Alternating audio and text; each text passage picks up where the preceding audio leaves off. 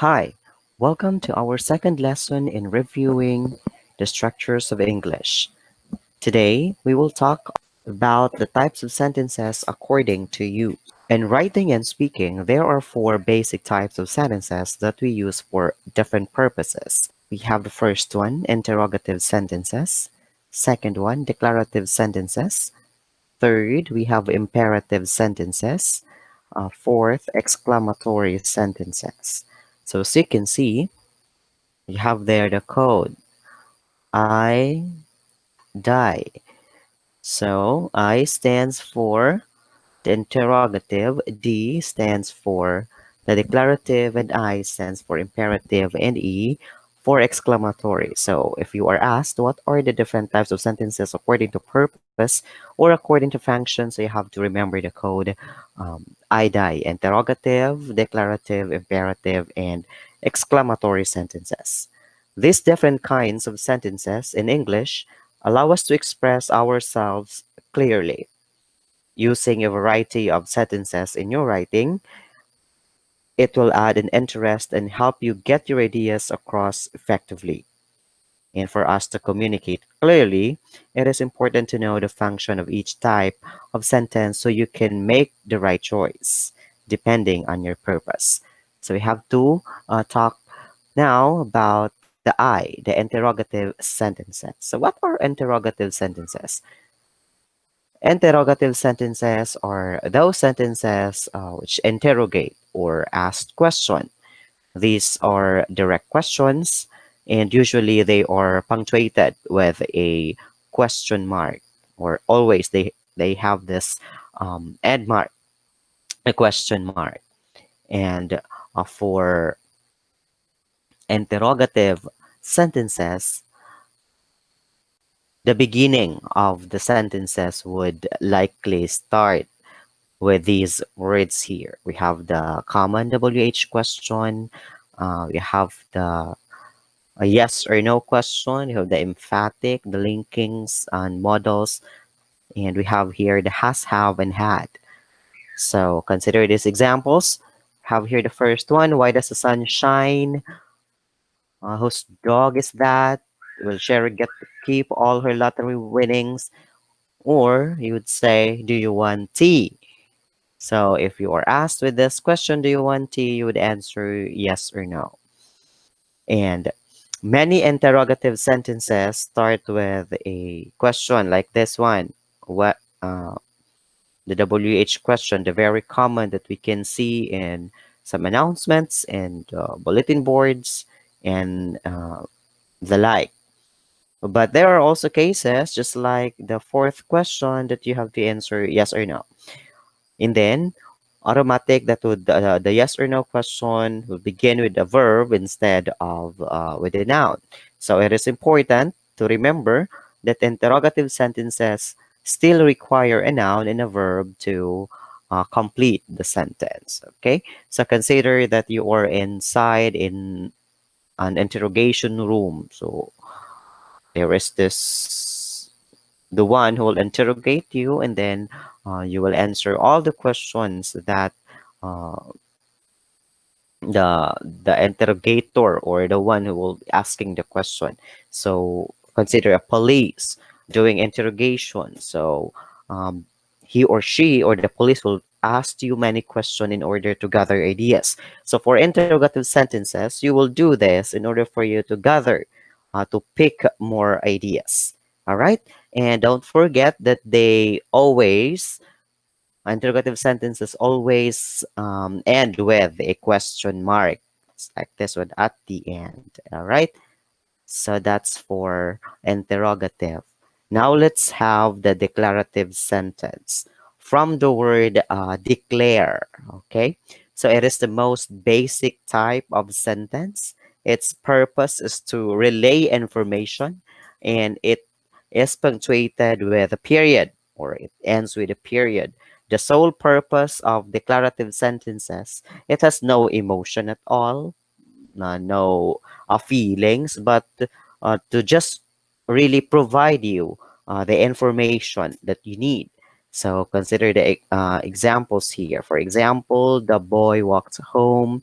I love honey. He wants to eat cookies, but he doesn't know how to make them. Okay, so it ends with a period, and it is plainly stating fact or declarative sentences. Um, so as you can see, the sentences, the three sentences here, make statements, okay? Whether it is a fact or it is an opinion, declarative sentences can be simple as the first two examples here, or compound, the third example. They can also be in any tense, as long as the sole purpose or the basic job of declarative sentences is to really present information, to relay information. And then in relaying information, that makes the declarative sentence to be the basic type of sentences, because all we want to do, we are um, writing because for the sake we have to give the first function of writing. We have to give here information. So the basic or the sole purpose of a declarative sentences is to really uh, relay or to present, to give you information. Okay, next one, we have the exclamatory sentences. These sentences are like declarative sentences in that they make a statement instead of asking a question. But their main purpose is to express strong emotion, surprise, or excitement. As what I have said, um, declarative is just relaying information with no other emotion on the sentence. But this one, for exclamatory sentences, it has to be it for exclamatory sentences, its purpose is to really express a strong emotion, a strong feeling. It could be a feeling of surprise, could be anger, it could be excitement. And they are easily recognized because they end with an exclamation point, just like this one. Okay? So consider this example. I love you. I hate you. And wow, he just won a gold medal. Okay, when you express this one to when you express this to a certain person, you would really bring out the emotion of the sentence. You would say, "I hate you." So you would, when someone will hear you saying those words, he or she will really feel that you really hate the particular person. So notice the sentence structure here. Each of these sentences contains both subject, okay, we have here the subject, and then the verb, which is a requirement, still a requirement. So that's the basic of a sentence. For a sentence to be complete, that's the essence of a sentence. It has a subject and it has a verb or it has a predicate. But exclamatory sentences are often used in casual conversation and in written dialogue to show emotion. So this is very particular when it comes to scripting. When you write drama, there are scripts, so you can have this one. But using exclamatory sentences in typical academic writing or typical this one technical writing or any expository writing, it is not that applicable. Okay, it is not that applicable when you use exclamatory sentences in this kind of writing, especially for technical writing and or any expository writing. We can say that those are serious works. Okay, so with that, it is better to make your point with well written declarative sentences. Okay, again, exclamatory sentences are better or advisable to be used in a conversational uh, writing. It could be a script or it could be a certain drama in order to show emotion in each sentence. All right, and don't forget for every exclamatory sentences, it really ends with an exclamation point. Okay, okay, consider this example number 3. Wow, he just won a gold medal, and you can see the exclamation point here at the end. But you can have this one. We can transfer this exclamation point after wow, but you have to end with a period. So that's the essence. And for every writing, it is advisable that you have to use just one punctuation at the end of the sentence. It doesn't mean that if you are really angry, if you really hate that someone, you have to put a lot of exclamation point. That's not the point there. You have to use only for formal writing. For formal writing, you have to use just one exclamation point or just one punctuation at the end of every sentence. So if you really hate that someone, consider this one. You don't have to put a lot of exclamation. That's X. Okay. So all you have to do is to put just one exclamation point, and that answers all that you really hate that particular person. Okay, I hope you will take note of that. All right, next we have the imperative sentences. Imperative sentences do not simply state a fact, but rather tell someone to do something. Okay, this can be in the form of friendly advice, basic instructions, or more forceful command. Okay, so again, in imperative sentences, you can use a period at the end.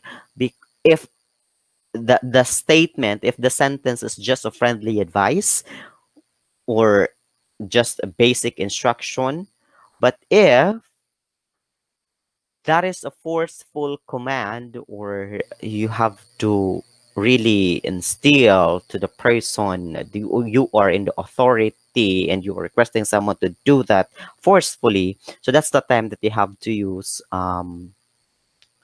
exclamation point. So you have to remember that in imperative sentences, you have um, to use punctuation like period, and then for friendly advice or basic instruction, and then for more forceful command, you have to use exclamation point, just like this example. Please shut the door to keep out the bug. So you are just simply asking the person to shut the door. So that's why you have on the end the punctuation just a period, and then the two turned left at the bridge, or this one, stop bothering me. So you are requesting that someone forcefully to really stop bothering you. So that's the time that you have to use this one. Again, for imperative sentences, you have to use exclamation point only if you are doing a forceful command. Okay, and then usually for imperative sentences, especially if you are just giving basic instructions, so there are polite words that you can see in the sentence. So as you can see here, there's the please, or you have the kindly. So you would say please shut the door, or kindly close the door, or kindly turn on the lights. Okay, so that's it. So again, remember that you have to use, it's okay to use period and an exclamation point. Exclamation point is only to be used for forceful command. Okay. Many imperative sentences ends with period, is what they have said, just for basic advice and basic instruction. And sometimes it may end with an exclamation point to highlight this one if you are giving forceful command to highlight the emotion. Okay, you can identify an imperative sentence because it appears to be missing a subject. So as you can see here, the three examples. uh, First one, you can't see any subject.